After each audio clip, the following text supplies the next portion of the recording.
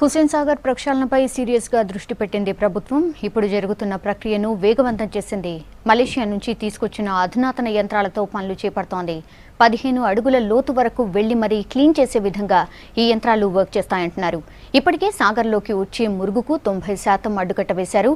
చెత్తాచెదరం, ఇతర వ్యర్థాలను తొలగింపుతో స్వచ్ఛ సాగర్గా మార్చడానికి ప్రయత్నాలు చేస్తోంది. దీనికి సంబంధించి ప్రభాకర్ అందిస్తున్న మిషన్ స్వచ్ఛ సాగర్ రిపోర్ట్ ఒకసారి చూద్దాం.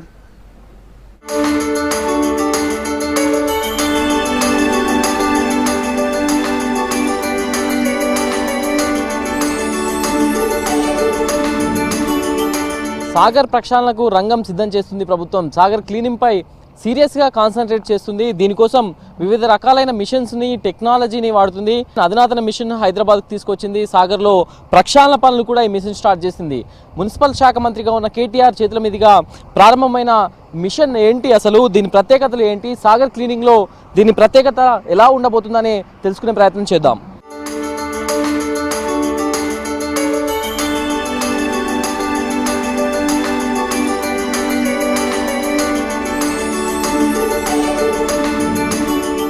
కొత్తగా హైదరాబాద్కు చేరుకొని సాగర్ క్లీనింగ్ కోసం వచ్చిన ఈ మిషన్ పేరు యాంఫీబియోస్ ఎక్స్వేటర్.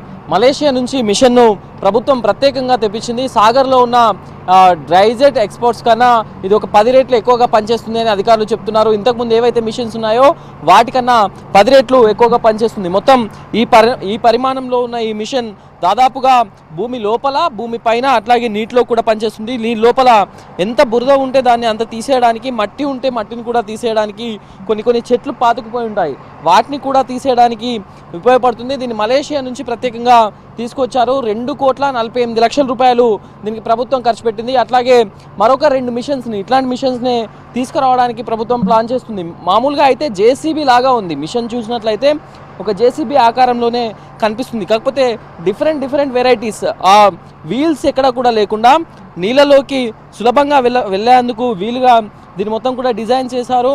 ఇంతకుముందు చాలా దేశాల్లో నదుల క్లీనింగు, అట్లాగే సరస్సుల క్లీనింగ్లో ఇట్లాంటి మిషన్స్ని యూజ్ చేసి తొందరగా పనిని కంప్లీట్ చేశారు. అట్లాగే మలేషియాకు సంబంధించిన కంపెనీ దీన్ని రెడీ చేసింది. జైకా, అట్లాగే హెచ్ఎండిఏ, క్లీన్ టెక్, ఈ 3 సంయుక్తంగా ఈ మిషన్ను తీసుకొచ్చాయి. కేటీఆర్ కూడా ప్రారంభం టైంలో చెప్పారు, మిషన్ చాలా ప్రత్యేకమైంది, చాలా ఎక్కువ స్పీడ్తో పనిచేస్తుంది, పని తొందరగా అవడానికి ఉపయోగపడుతుందని. ప్రస్తుతం ఈ మిషన్తో అసలు ఎట్లా పనిచేస్తుంది, దీని ప్రత్యేకతలు ఏంటి అని ఒకసారి మనం కూడా సాగర్ లోపలికి వెళ్ళి చూద్దాం. ఎట్లా క్లీన్ చేస్తుంది, ఏం చేస్తుందని.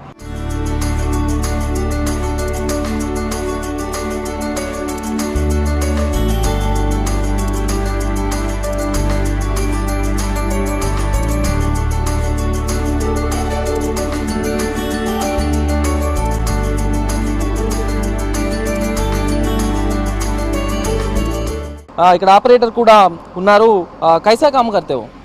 जैसे सर इसको पानी में खड़ा करके ये सपोर्ट जो है चारों तरफ से नीचे गाड़ के, और फिर ये एक बार जैसे बकेट लगाने के बाद 15 मीटर अंदर से मिट्टी है उठा सकता है. प्लस ये जो घास वगैरह है ये सब साफ करेंगे, और जो भी कचरा वगैरह है ये सब निकाल के साइड पे रख सकता है. कितना टाइम लगता है वो करने के लिए? जैसे एक बकेट उठाएंगे तो इसे 50 कुंटल या इसे 40 कुंटल तक माल ये उठा सकता है. और एक बार बकेट लगा के निकालेंगे तो 15 मीटर तो अंदर जाएगा, और फिर वही तकरीबन 8 घंटा में, यानी कितना मीटर बोलते हैं, 4-5 मीटर कर सकता है. क्या है डिफरेंस, क्या है वो छोटा मिशन का, वो मिशन का डिफरेंस क्या है?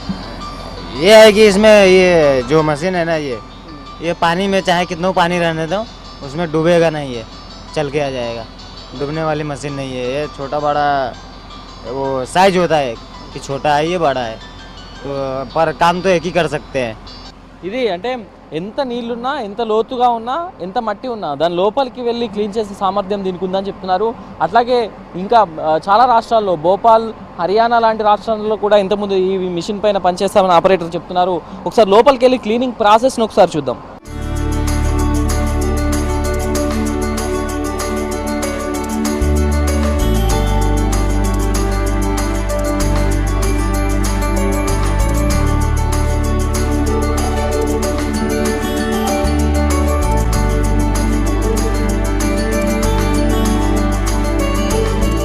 చూస్తున్నాం ప్రస్తుతం మిషన్ మూవ్ అయింది, నీటిలోకి వెళ్తుంది. అంటే అక్కడ గడ్డి ఉన్నా లేకపోతే మట్టి ఉన్నా నీళ్లున్నా మొత్తం కూడా లోపలికి వెళ్ళగలుగుతుంది. టైర్స్ లేకపోవడం దీని అడ్వాంటేజ్గా చెప్తున్నారు ఇక్కడ ఉన్న ఆపరేటర్ కూడా.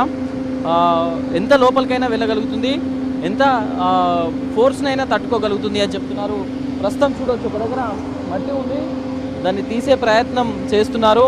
సాగర్ క్లీనింగ్లో ఇంతకుముందు చాలా మిషన్స్ పనిచేశాయి, చాలా మిషన్స్ కూడా చాలా రకాలుగా పనిచేశాయి. కాకపోతే ఈ మిషన్ కొంచెం ప్రత్యేకతగా ఉంది అని చెప్తున్నారు.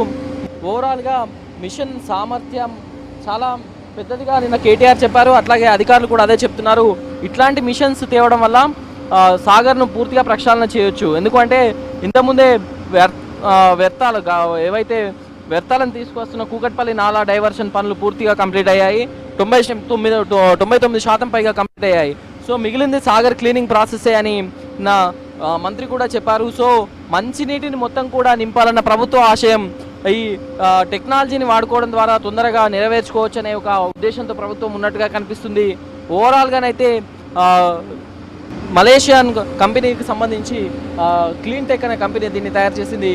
సో ఓవరాల్గా మిషన్ అయితే అద్భుతంగా పనిచేస్తుందని నా మంత్రి ఆశాభావం వ్యక్తం చేసి ప్రభుత్వం కూడా చాలా సీరియస్గా కాన్సన్ట్రేట్ చేసింది సాగర్ క్లీనింగ్ను త్వరగా పూర్తి చేయాలి అనే దానిపై. సో ఓవరాల్గా మిషన్ పనిచేసే విధానం ఇది. ఎందుకంటే ఎక్కడెక్కడైతే ఎక్కువగా పేరుకుపోయి ఉంటుందో గుర్రెపటెక్క కానివ్వండి లేకపోతే మట్టి లాంటి వాటిని తొందరగా క్లీన్ చేయడానికి ఇది ఉపయోగపడుతుంది. ఇంతకుముందు చాలా రకాల మిషన్స్ సాగర్లో ఉన్నాయి, కాకపోతే వాటిపై పెట్టిన ఖర్చంతా కూడా సాగర్ నీటిలో పోసినట్లే అయింది. సో మళ్ళీ అట్లాంటి పరిస్థితి రావద్దు అనే ఉద్దేశంతోనే ఇట్లాంటి మిషన్ను తయారు చేసింది, తెప్పించుకుంది ప్రత్యేకంగా. ఇంకో 2-3 మిషన్స్ మరో వారం రోజుల్లో రాబోతున్నాయి. అవి రాగానే పూర్తి స్థాయి వర్క్ మొదలుపెట్టడానికి ప్రభుత్వం సిద్ధమవుతుంది. ఇప్పుడు తెచ్చిన యాంబియోస్ ఎక్స్వేటర్తో సాగర్ ప్రక్షాళన పనులకు మరింత బలం చేకూరినట్లయింది. సాగర్ ప్రక్షాళన మరింత ముందుకు వెళ్తున్నట్టయితే కనిపిస్తుంది.